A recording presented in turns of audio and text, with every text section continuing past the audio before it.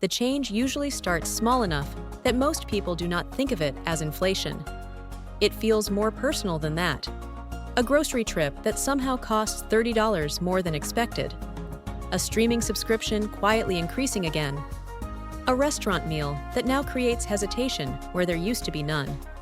Looking at a paycheck that technically grew while everyday life still feels tighter. At first, the adjustment seems temporary. People assume prices are simply high right now, that routines will normalize eventually, that once income catches up, the pressure will fade back into the background.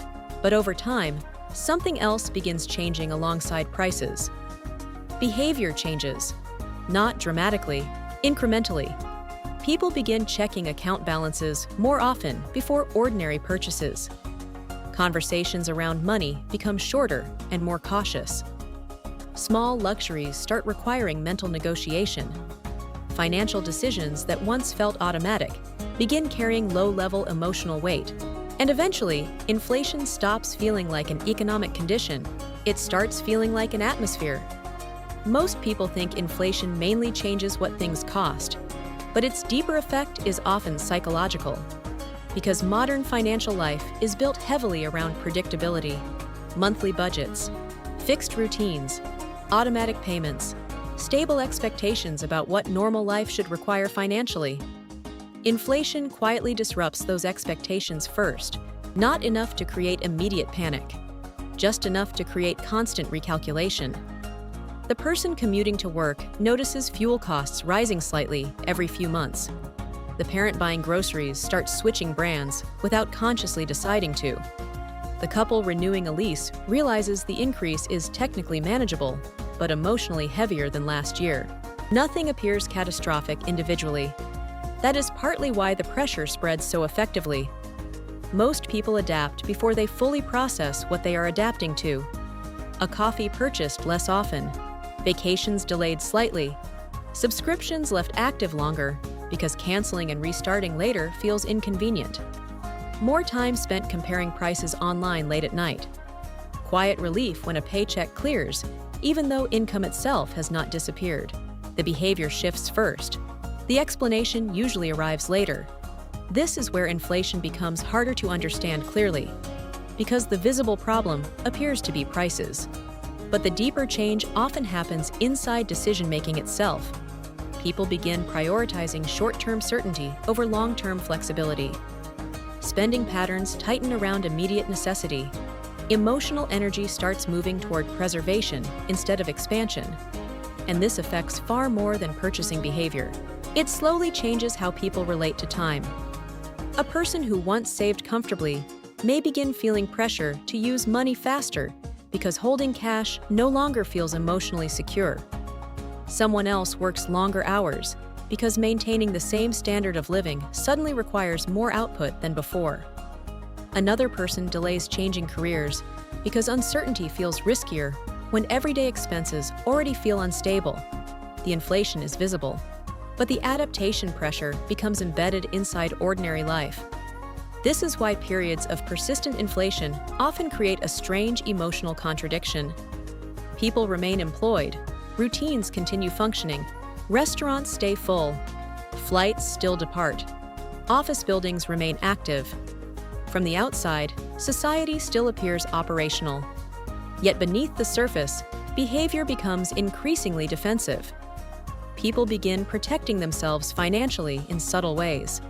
They tolerate jobs longer, delay major risks, keep larger emotional attachment to stable income, spend more cautiously while simultaneously feeling pressured to spend quickly before prices rise again.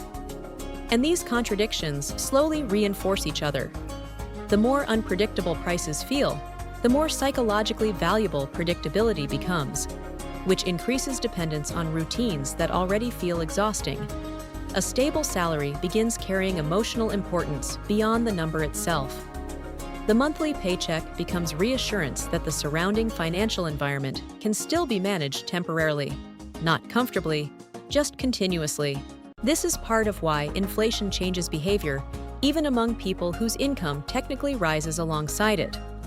The issue is not always mathematical decline. Sometimes it is behavioral erosion. A promotion that would once have created breathing room now simply absorbs higher living costs. Extra income disappears into rent increases, insurance premiums, childcare expenses, commuting costs, and groceries that no longer fit previous assumptions.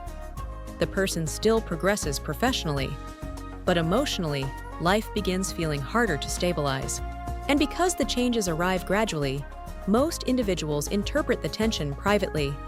They assume they are budgeting poorly, overspending slightly, falling behind personally. But inflation rarely feels collective while experiencing it day to day. It feels individual, each person standing silently inside their own financial recalculations. You can sometimes see the behavioral shift in small, ordinary moments.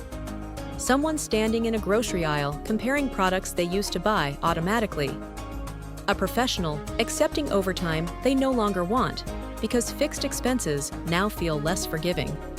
A couple keeping subscriptions they barely use because the routines attached to them still feel psychologically comforting. Parents checking bank balances before routine purchases, despite earning more than they did a few years earlier. None of these moments look historically significant, but together, they slowly reshape how people live. Inflation changes the emotional meaning of money over time. When prices remain relatively stable, people often experience money as planning, future-oriented, expandable, something that can gradually build flexibility. During prolonged inflationary pressure, money starts feeling more defensive. The goal shifts from advancement toward maintenance. And maintenance is psychologically exhausting because it lacks visible progress. People continue working, budgeting, and optimizing while emotionally feeling as though they are preserving ground rather than gaining it. This is one reason inflation often produces low-grade social fatigue before producing obvious crisis. The exhaustion accumulates quietly through constant adaptation. Every recurring expense becomes slightly less predictable. Every future plan requires more caution. Every financial decision carries more calculation than it once did. And eventually, the calculations become behavioral habits. People stop driving certain distances, stop replacing aging items immediately, stop imagining long-term changes confidently, stop trusting current income to hold the same value over time. Not because anyone instructed them to think this way, because repeated exposure slowly trained the behavior. This is where inflation begins affecting identity itself. Financial personality changes under prolonged pressure. A person who once felt generous becomes more protective. Someone previously patient with career uncertainty becomes risk-averse. Households that once tolerated flexibility begin prioritizing rigid predictability instead.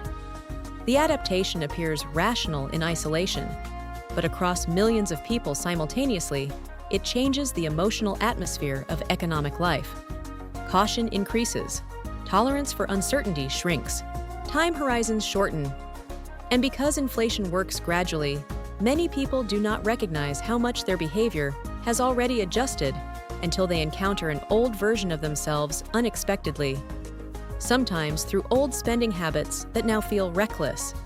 Sometimes through realizing how often they check prices before making ordinary decisions.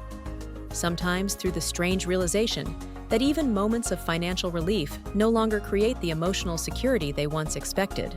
Because inflation does not only increase costs, over time, it can reduce confidence in the future behavior of money itself. And once people begin doubting whether current income, savings, or routines will preserve their value consistently over time, behavior naturally becomes more defensive, more immediate, and more dependent on maintaining constant financial motion. Which may be why inflation often leaves traces long after prices stop accelerating. The habits remain, the caution remains, the emotional calibration remains, and in many cases, people continue organizing their lives around protecting themselves from pressures that slowly reshaped their behavior before they fully realized anything fundamental had changed at all. Finance Simplified explores the hidden incentives, pressures, and behavioral patterns shaping modern financial life, often long before people recognize their effects.